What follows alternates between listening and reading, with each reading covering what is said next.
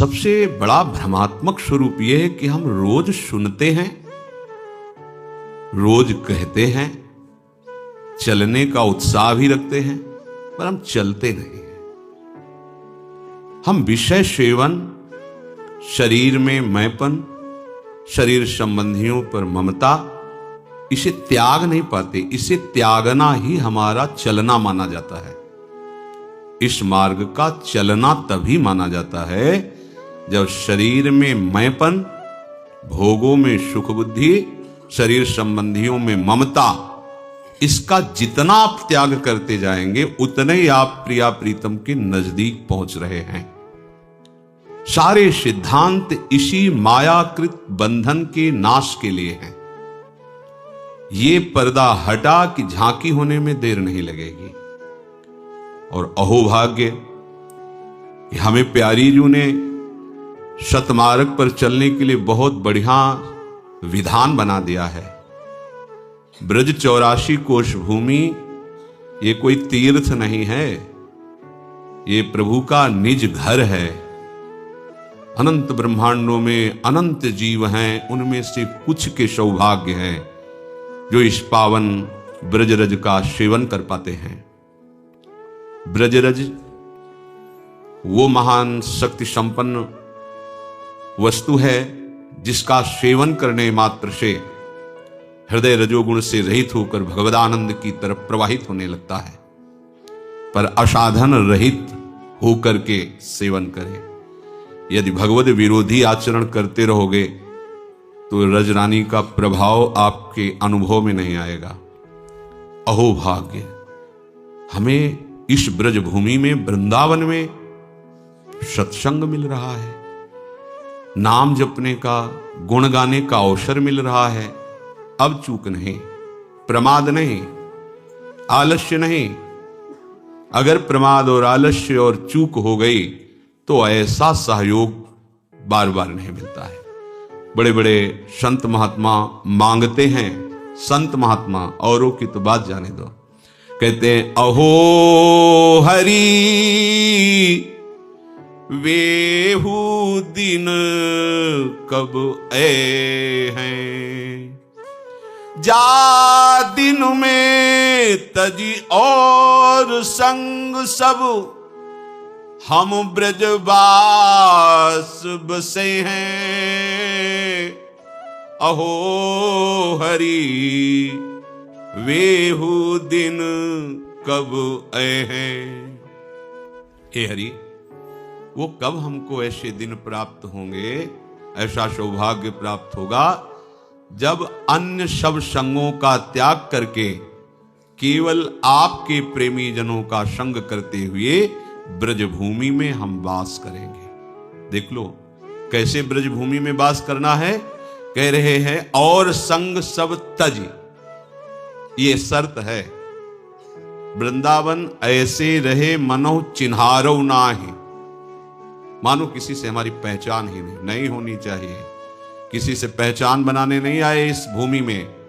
इस भूमि में प्रिया प्रीतम से पहचान करने आए हैं। पूर्व पहचानों को मिटाने के लिए आए हैं। पूर्व स्मृतियों को विस्मृति के गर्त में डालकर प्रिया प्रीतम की स्मृति में डूबने आए हैं। यहां हमको किसी से पहचान नहीं बनानी है।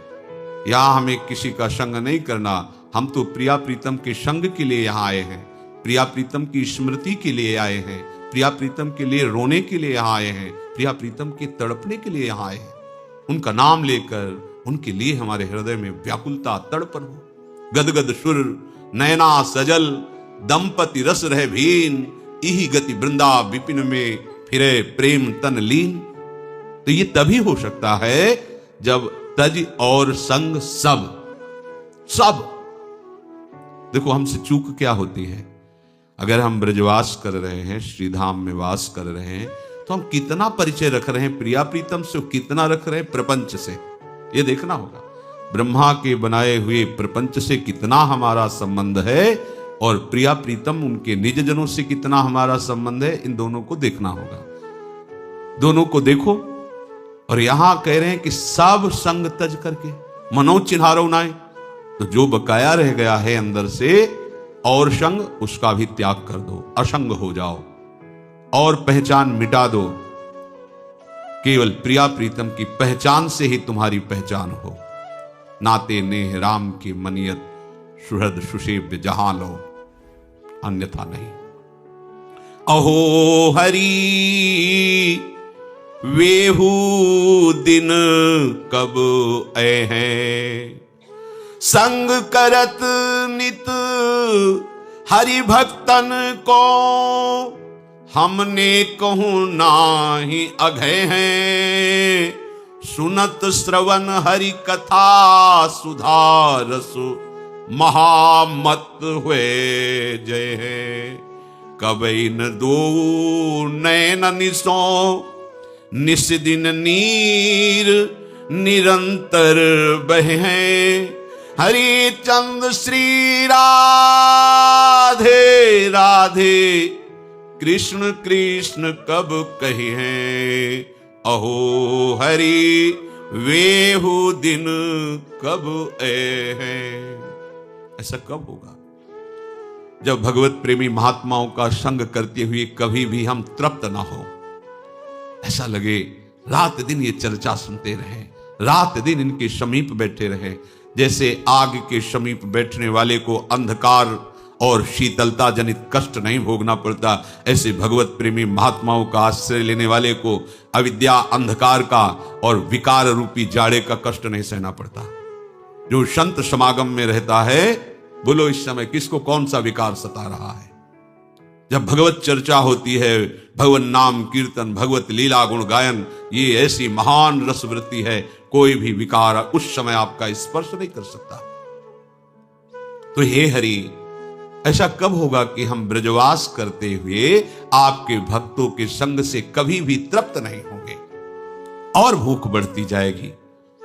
कब इन श्रवणेन्द्रिय से सदैव केवल आपकी ही कथा सुधारस का पान करेंगे, केवल, अन्य नहीं, आपकी ही कथा सुधारस का पान करेंगे और उसी में हम महामत्त हो जाएंगे, उसी में हम डूबेंगे। कथयन्ति च रमन्ति च, उसी का गान करेंगे, उसी में रमण करेंगे। ऐसा कब होगा कि आपकी बात कहते कहते हमारे नेत्रों में अश्रुधारा बहने लगेगी और ऐसा निरंतर होता रहे, रात दिन आपकी याद करके हम रोते रहें, आपके गुणगान करके हम रोते रहें। हे प्रभु, कब ऐसा होगा कि जिह्वा से राधा राधा कृष्ण कृष्ण हर समय आप युगल सरकार का नाम उच्चारण करते हुए इस ब्रज भूमि में वास करेंगे? इससे बड़ा कोई सुख नहीं है। और वो सुख हमें प्रभु ने दिया, अहेतु की कृपा से दिया। हमारी कोई तपस्या, कोई साधना, कोई भाग्य, कोई प्रारब्ध ये नहीं है, ये केवल कृपा है लाडिले युगल सरकार की। इससे बड़ा कोई सुख नहीं है।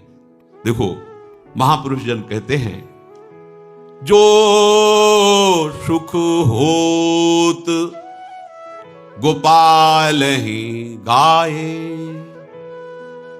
सो न होत जप तप व्रत संयम, कोटिक तीर्थ नहाए, जो सुख होत गोपाल ही गाए। जो प्रभु की चर्चा में सुख है, वो सुख किसी और में नहीं। सच्ची मानना, बड़ी बड़ी स्थिति को प्राप्त महापुरुष भी इसके बिना जी नहीं सकते। सनक सनंदन सनातन संत कुमार, आशा, ये उनकी आशा बनी रहती है। बसन व्यसन यह तिनहि, रघुपति चरित होय तह सुनहि। ये उनका नशा है, ये उनका जीवन है, ये इनकी आशा रहती है कि भगवत चर्चा हमको सुनने को मिले। जो साधन करके सिद्ध नहीं हुए, सिद्ध ही अवतरित हुए हैं।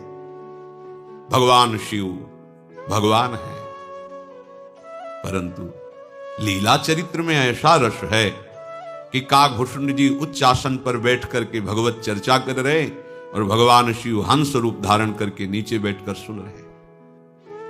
कैसी महामहिम भगवान की चर्चा में अमृत रस बरसता है। वो सुख किसी और साधन में है ही नहीं। जो सुख होत गोपाल ही गाहे। सो न होत जप तप व्रत संयम कोटिक तीर्थ नहाए। करोड़ों तीर्थों का अवगाहन, बड़े बड़े व्रतों का अनुष्ठान, बड़े संयम नियम, बड़ा जप तप, इससे वो सुख नहीं होता जो प्रभु की लीला चरित्र गायन से सुख होता है। सीधे लीला में प्रवेश करा देता है। महामोह का नाश करके सीधे भगवत साक्षात्कार की योग्यता ये भगवत चरित्र श्रवण से हो जाती है। बड़ी महिमा है सत्संग की। रत्नावती जी ने और कोई साधन नहीं किया था। दासी के श्रीमुख से निकले हुए बिहारी बिहारिन के जस का श्रवण करके भक्त भूप पदवी पे विराजमान हो गई। ब्राह्मण पत्नियां, यज्ञ पत्नियां, वो कोई और साधन नहीं, केवल वृंदावन की मालिनी के द्वारा श्री लाल बिहारी की रूप माधुरी का श्रवणेंद्री से पान करके बावरी हो गई। दर्शन की भारी व्याकुलता और साक्षात्कार प्राप्त किया। ये एक महामहिम स्वतंत्र भगवत चर्चा का प्रभाव है कि बिना किसी अन्य साधनों के भी यदि इसी चर्चा को गाया जाए, सुना जाए और इसी के चिंतन में रहा जाए तो बहुत शीघ्र भगवत साक्षात्कार हो जाए। इसका प्रभाव जब उदय होता है भगवत चर्चा का, तो कह रहे हैं गद गद गिरा नयन जलधारा, प्रेम पुलक तन छाए। तीन लोक सुख तृण सम लेखत, नंद नंदन उर आए। जो सुख होत गोपाल ही गाए। जो सुख होत गोपाल ही गाए। भगवत चर्चा का प्रभाव सीधे प्रेम योग कंठ भर आता है। प्रभु की बात करते करते ऐसा हृदय द्रवित होने लगता है, नेत्रों से अश्रुधारा प्रवाह होने लगती है, तन पुलकित हो जाता है। तीन लोक का वैभव सुख सब तृण के समान हो जाता है जब प्रभु हृदय में प्रकाशित होने लगते हैं। भगवत चर्चा सुनते सुनते, गान करते करते नेत्रों से अश्रुधारा, गदगद कंठ, तन पुलकित, तो फिर हृदय में प्रभु प्रकाशित हो जाते हैं। जहां हृदय में प्रभु प्रकाशित है उसके समान और क्या सुख हो सकता है। दिए लेत नहीं चारि पदारथ, श्री हरि चरणन अरुझाए। सूरदास गोविंद भजन बिनु, चित नहीं चलत चलाए। जो सुख होत गोपाल ही गाए। उसके हृदय में इतना आनंद उपासक के जागृत होता है कि धर्म, अर्थ, काम, मोक्ष, ये चारों महापुरुषार्थ देने पर भी वो स्वीकार नहीं करता। क्यों? क्योंकि उसका चित्त श्री हरि चरणों में लग गया है। सूरदास जी महाराज कहते हैं, गोविंद के भजन में ऐसा चित्त डूबने लगता है कि वो चित्त को हटाना भी चाहे तो अब हटाने की सामर्थ्य नहीं रहेगी। ऐसे भजन में डूबने के लिए हमें पूरा संयोग प्राप्त हो गया। ये गोविंद की लीला विहार स्थली ब्रज 84 कोश, और गोविंद के भी नेत्र चकोर की भांति जिनकी रूप रस का पान करते हैं, उनका निज महल वृंदावन सी प्यारी जो ऐसी उपासना का संयोग, ऐसे महामहिम वातावरण में यदि हम अपने चित्त को प्रभु में ना जोड़ पाए, वही प्रपंच, वही विषय चिंतन, वही राग द्वेष काम क्रोध अहंकार, तो अब कहां अवसर रह गया है। फिर कौन सी ऐसी जगह है जहां हम आराधना उपासना के लिए अनुकूल वातावरण प्राप्त कर पाएंगे। वैकुंठ भी जिसकी महिमा के आगे लघु है, ऐसी रजरानी का आश्रय लेकर भजन न बना तो कहां भजन बनेगा। इसलिए सावधान होकर अपने जीवन के सौभाग्य को और बढ़ाओ, पतित मत होने दो। बहुत बढ़िया अवसर है। ये लुभावनी माया के द्वारा फेंकी गई ऐसे पासे हैं, ऐसे जाल हैं जिनमें तुम हार ही जाओगे। यदि स्मरण नहीं रहा तो, और अगर स्मृति चल रही प्रिया प्रीतम की, फिर कोई बाधा तुम्हें हरा नहीं सकती। जहां राधा वहां कोई बाधा नहीं। हर समय चिंतन, उसे महासुख प्राप्त होता है। श्री भगवान कह रहे युञ्जन्नेवं सदात्मानं योगी विगत कल्मषः सुखेन ब्रह्म संस्पर्श मत्यंतम सुखमश्नुते। तुम अपने आप को सदा आराध्य देव में लगाते हुए पाप रहित हो जाओ। आराध्य देव में तो लगने की चेष्टा करते हैं, पर दूसरा शब्द जो है पाप रहित हो जाओ, उसमें हम ध्यान नहीं देते।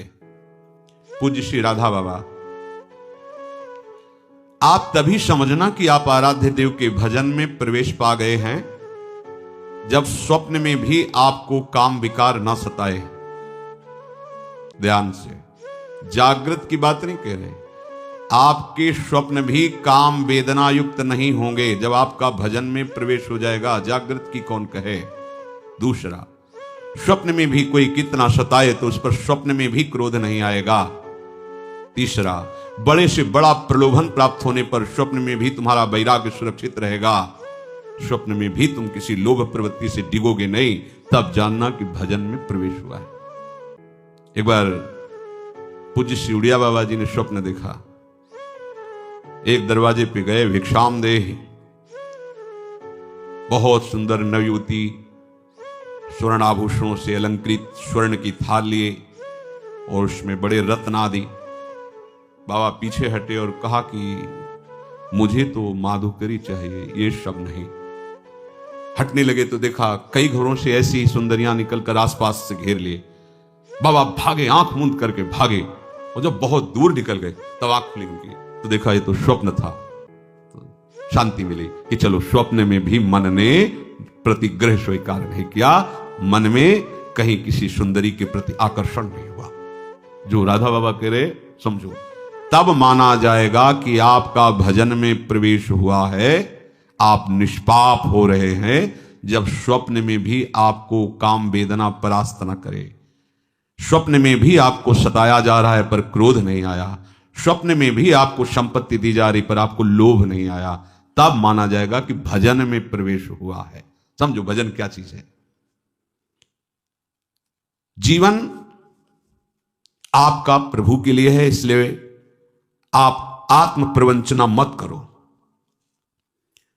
श्री कृष्ण के सौंदर्य के आगे साफ धूल धूसरित है, इसलिए किसी भी स्त्री पुरुष के सौंदर्य की तरफ मत देखो। पूज्य श्री राधा बाबा के वचन। ये मलिनता की गंध भी तुम में न रह जाएगी, तब तुम श्री कृष्ण की रूप माधुरी का पान कर पाओगे।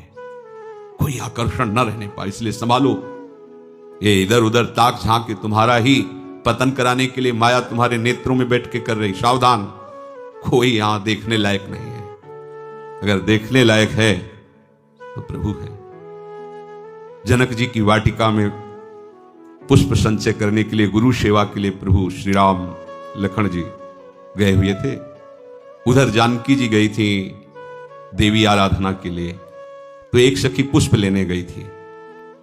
उसने जे ही प्रभु को देखा, ऐसी प्रेम दशा उत्पन्न हुई, अश्रु प्रवाह विकलता। भाग के आई जानकी जी और सखी, क्या हुआ तेरे को?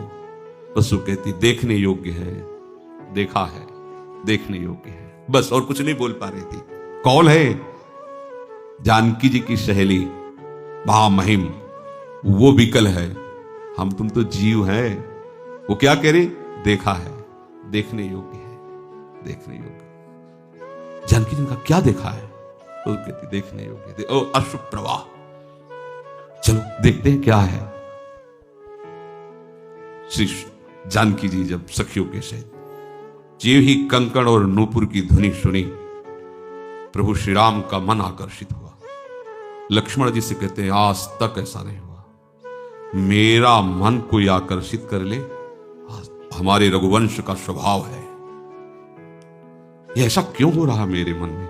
ये सोच ही रहे थे कि लता ऐसे सखियां निवारे जानकी जी, जे ही राम जी की दृष्टि जानकी जी के मुख पर पड़ी तो माथे पे पसीना आ गया सरकार के। सोचो, ऐसे युगल मर्यादा पुरुषोत्तम और महाप्रेम रस सिंधु युगल सी श्यामा श्याम, इनको देखने किसी और कुछ देखना है? किसको देखोगे? कोई देखने लायक है? अरे होश में रहो, समय बर्बाद मत करो।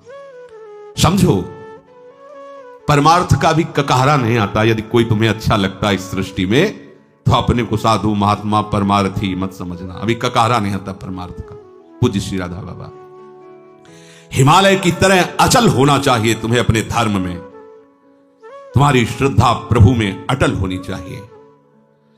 ये चार बातें तुम में प्रकट होने लगेंगी। जब तुम्हारी श्रद्धा प्रभु में अटल होगी, तुम अपने भागवत धर्म में अचल होगे, तो ये चार बातें आ जाएंगी। पहला, सर्वत्र तुम्हें अपने प्रभु का अनुभव होने लगेगा। मेरे प्रभु हैं, यही है, सब में है, कण कण में है। ये वाणी का विषय नहीं, ये हृदय में उसको अनुभव होगा। है, जब अनन्यता आ जाती तब अनुभव होने लगता है। अटल श्रद्धा विश्वास, तब अनुभव होने लगता है। अमीर खुसरो जी एक नियम लिए हुए थे, अपने गुरु के सिवा किसी का स्पर्श न करना। उनको कोई स्पर्श करके चला जाए बात, वो अपनी तरफ से किसी को स्पर्श नहीं कर, केवल गुरु चरणों का स्पर्श। गुरु सेवारत और व्यापारी थे, हीरे जवाहरात के बड़े धनी थे। एक गरीब ब्राह्मण उनके गुरुदेव के पास इस भावना से जाता कि हमारी बेटी का ब्याह है, बाबा सिद्ध हैं, कुछ धन दिलवा देंगे किसी से। बाबा, बेटी का ब्याह है, कुछ धन की आकांक्षा है, परसों आना चलो। फिर परसों आए, बाबा आपने कहा था परसों, पादुका ले जा, जा पादुका। अब महात्मा का आदेश,